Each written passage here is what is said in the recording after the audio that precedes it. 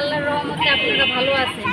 আমি আজকে এক গরিব রিক্সাওয়ালার অফিসে এখানে খুঁজতেছি, তাদের যদি পাই জিজ্ঞাসা করবো সে দুপুরের খাবার খেয়েছে কিনা। যদি সে দুপুরের খাবার না খেয়ে থাকে আমার সাধ্য মতো আমি তাকে দুপুরের খাবার খাওয়ার চেষ্টা করবো। আমরা একজন পেয়েছি, দেখি সে আমাদের সাথে কথা বলতে চাই। আসসালামু আলাইকুম কাকা, কেমন আছেন? দুপুরের খাবারটা করছেন?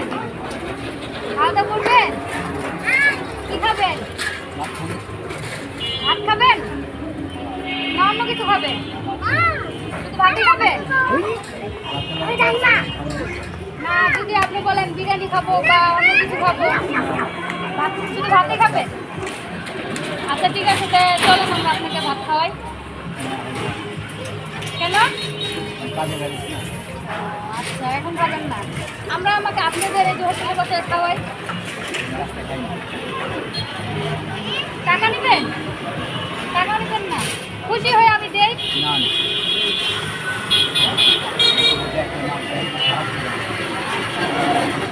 আমি তো আপনার মেয়ের মতো। আসেন না, আমি আপনার মেয়ে, আপনার আমি খাওয়াইলাম, আপনি আমার বাবা।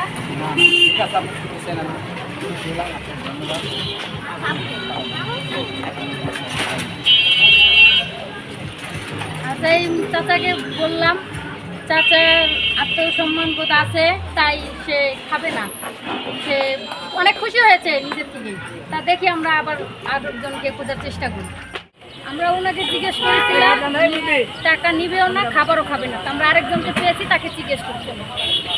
আসসালামু আলাইকুম চাচা, ভালো আছেন? দুপুরে খাবার খেয়েছেন?